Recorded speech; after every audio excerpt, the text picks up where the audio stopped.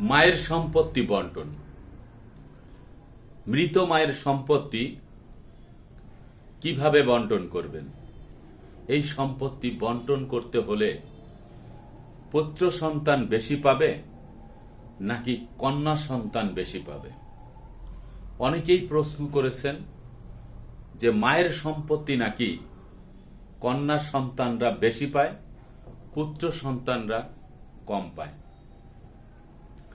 আবার অনেকেই প্রশ্ন করেছেন যে মায়ের স্থাবর সম্পত্তি পুত্র সন্তান এবং কন্যা সন্তানরা উভয়ই পায় কম বেশি করে,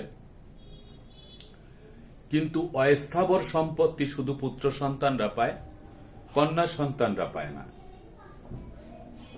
আবার এক ভাই প্রশ্ন করেছেন মায়ের সম্পত্তি সৎ ভাই বোনরা অংশ পাবে কিনা। এই বিষয়টি নিয়ে আজকে আলোচনা করব।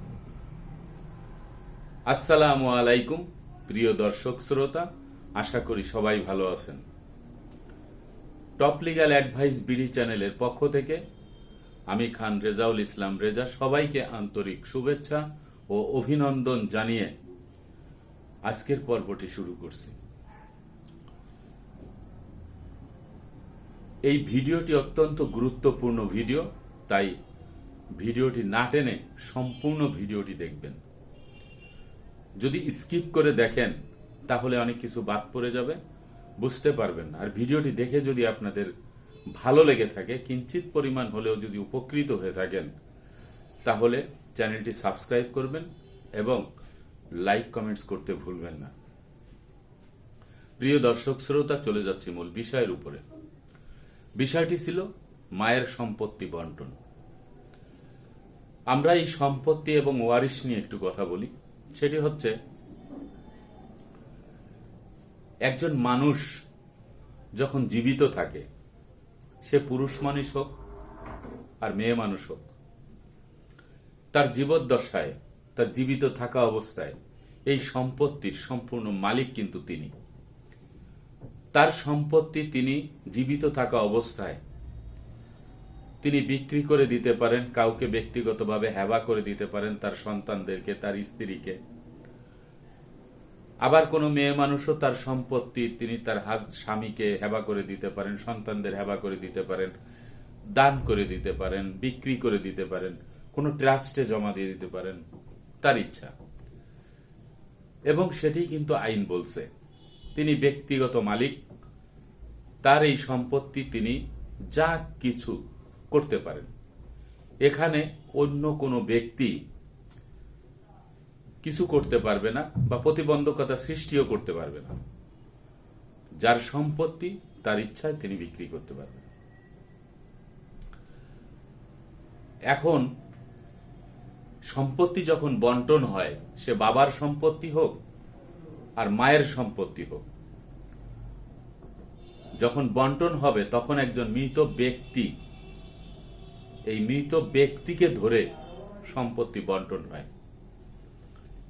এখানে একজন বাবারও যেমন সন্তান সন্ততি থাকে, ছেলে মেয়ে থাকে, মায়েরও কিন্তু ছেলে মেয়ে।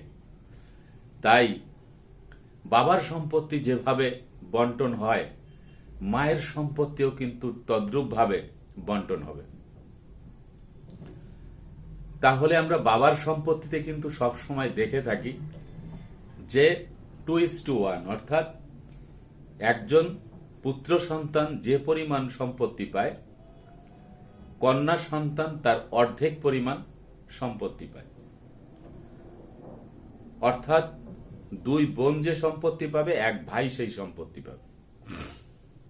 এই যে বিষয়টি, এই বিষয়টি অনেকের ভিতরে কিন্তু ভ্রান্ত ধারণা যে মায়ের সম্পত্তি এইভাবে বন্টন হয় না, মায়ের সম্পত্তি নাকি কন্যারা অর্ধেক সম্পত্তি পায়। এটা কিন্তু ঠিক না। মায়ের সম্পত্তিও ঠিক পুত্র সন্তান যতটুক সম্পত্তি পাবে, একজন কন্যা সন্তান তার অর্ধেক সম্পত্তি পাবে। অর্থাৎ পুত্র যদি 10% সম্পত্তি পায়, কন্যা সন্তান পাবে হচ্ছে 5% সম্পত্তি। পুত্র সন্তান যদি 10 বিঘা সম্পত্তি পায়, একজন কন্যা সন্তান পাবে 5 বিঘা সম্পত্তি। এই হারে, এই হিস্সা অনুযায়ী সম্পত্তি বন্টন করা হবে। এর ব্যতিক্রম কোনো কিছু হবে না। আর এক ভাই প্রশ্ন করেছেন অস্থাবর সম্পত্তি। অস্থাবর সম্পত্তি ব্যাংকে টাকা, স্বর্ণ, দানা, অলংকার যা কিছুই রেখে যায় মৃত মা, এই সম্পত্তি নাকি পুত্র সন্তান পায়, কন্যা সন্তান পায় না। ওয়ারিশ বিষয়টা কি? ওয়ারিশ হচ্ছে মৃত ব্যক্তি রেখে যাওয়া সম্পত্তি, স্থাবর অস্থাবর যত সম্পত্তি আছে সেই সকল সম্পত্তি প্রত্যেকটি ওয়ারিশ তার অংশ পাবে হিস্সা মোতাবেক। যেভাবে আইন করে দেওয়া হয়েছে ঠিক সেই আইনগত দিক থেকে যেভাবে বলা হয়েছে সেইভাবে কন্যা সন্তানও মায়ের রেখে যাওয়া স্বর্ণ অলংকার, ব্যাংকে টাকা থাকলে সেই টাকার অংশ কন্যা সন্তানও পাবে। শুধু পুত্র সন্তান একাই পাবে না, বা যদি 5 জন পুত্র সন্তান থাকে 5 জন পুত্র সন্তানই পাবে না। কন্যা সন্তান 1 জন থাকলেও পাবে, 5 জন থাকলেও পাবে। এখানে কিন্তু কোনোভাবেই কাউকে বঞ্চিত করা যাবে না। এখন আসা যাক সৎ ভাই বোন মায়ের সম্পত্তি পাবে কিনা। এটিও কিন্তু একটি গুরুত্বপূর্ণ প্রশ্ন। সৎ ভাই বোন আমরা সাধারণত হিসেব করে থাকি, বাবার যদি দ্বিতীয় বিবাহ থাকে, 2 সংসার থাকে, তাহলে যেই মায়ের সম্পত্তি নিয়ে কথা বলা হচ্ছে সেই মায়ের গর্ভের সন্তান যারা, তারাই শুধু ওই মায়ের সম্পত্তির অংশ পাবে। পিতার যদি আরেক সংসারে কোনো ছেলে মেয়ে থাকে তারা সৎ মায়ের অংশ তারা পাবে না। এবং এই মায়ের গর্ভের সন্তান যদি অন্য সংসারে থেকে থাকে, যেমন একটি উদাহরণস্বরূপ বলি, একজন মায়ের 3টি বিবাহ, প্রথম ঘরে একটি পুত্র সন্তান আছে, দ্বিতীয় ঘরে একটি কন্যা সন্তান আছে, প্রথম ঘরে বিচ্ছেদ হওয়ার পরে দ্বিতীয় সংসারে এসে একটি কন্যা সন্তান হয়েছে, সেই ঘর থেকেও বিচ্ছেদ হয়ে তৃতীয় সংসারে এসে তিনি সংসার করে মৃত্যুবরণ করেছেন। এই যে মৃত্যুবরণ করেছেন, এই স্বামীর যে অংশটি এই মৃত মা পেলেন, সেই মায়ের যেই অংশ, সেই অংশ এই সংসারে যদি সন্তানরা যা পাবে, ওই যে পূর্বের যেই সংসারে যে ছেলে মেয়েরা আছে তারাও কিন্তু এই মায়ের সম্পত্তির অংশ পাবে। যদিও এই সম্পত্তি পিতার মৃত্যুর পরে 8 ভাগের 1 ভাগ অংশ এই মা পেয়েছেন, যখন তিনি হিস্সা মোতাবেক এই 8 ভাগের 1 ভাগ অংশ পেয়েছেন তখন কিন্তু তিনি ব্যক্তি মালিকানা অর্জন করেছেন। তখন কিন্তু সেই মৃত পিতার অংশ কিন্তু মায়ের নেই, পিতার কিন্তু কোনো অংশ নেই। সেই অংশ থেকে মা কিন্তু মালিকানা অর্জন করেছেন, অর্থাৎ এই সম্পত্তির সম্পূর্ণ মালিক হচ্ছেন মা। এই মায়ের মৃত্যুর পরে যখন উত্তরাধিকার সৃষ্টি হলো, তখন এই মায়ের গর্ভ থেকে যে কয়জন সন্তান জন্মগ্রহণ করেছে, যেই সংসারেই থাকুক, তারা কিন্তু এই মৃত মায়ের সম্পত্তির অংশীদার। যে ভাই এই প্রশ্ন করেছিলেন যে সৎ ভাই বোন, এই সৎ ভাই বোন যদি থাকে, অর্থাৎ মা 1 বাবা 2, অন্য ঘরে সন্তান আছে, তারা এই মায়ের সম্পত্তি পাবে।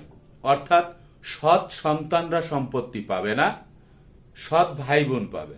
সৎ সন্তান বলতে অন্য স্বামীর অন্য সংসারের সন্তান আছে তার সৎ সন্তান, কিন্তু তার যে গর্ভের সন্তান, আপন সন্তান, সেই আপন সন্তানরা কিন্তু সম্পত্তি পাবে। তাহলে সে যে সংসার থেকে বিচ্ছেদ হয়ে আসছে, সেই স্বামী চলে গেছে, বাট ওই সন্তান কিন্তু তার আপন সন্তান।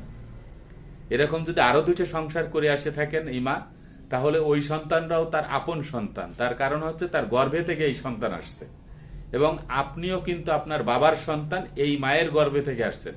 আপনি যেমন এই মায়ের কাছে আপন সন্তান, তার অন্য সংসারে যে সন্তান আছে সেও কিন্তু এই মায়ের কাছে আপন সংসার। অর্থাৎ এই আপন সন্তানরা মায়ের সম্পত্তি হিস্সা মোতাবেক পাবেন। ঠিক এইভাবেই ছেলে যতটুক পাবে মেয়ে তার অর্ধেক পাবে। আশা করি বিষয়টা কিন্তু আপনাদেরকে বোঝাতে পেরেছি। যারা প্রশ্ন করেছিলেন স্থাবর অস্থাবর সম্পত্তি কিভাবে পাবে এবং ছেলে বেশি পাবে না মেয়ে বেশি পাবে সেটাও কিন্তু বোঝানো হয়েছে, এবং সৎ সন্তান কারা সম্পত্তি পাবে সে বিষয়টিও কিন্তু আপনাদের সামনে তুলে ধরলাম। প্রিয় দর্শক শ্রোতা, এরপরেও যদি আপনাদের কোনো কিছু জানার থাকে বোঝার থাকে তাহলে আপনারা ভিডিওর কমেন্ট বক্সে লিখে জানাবেন।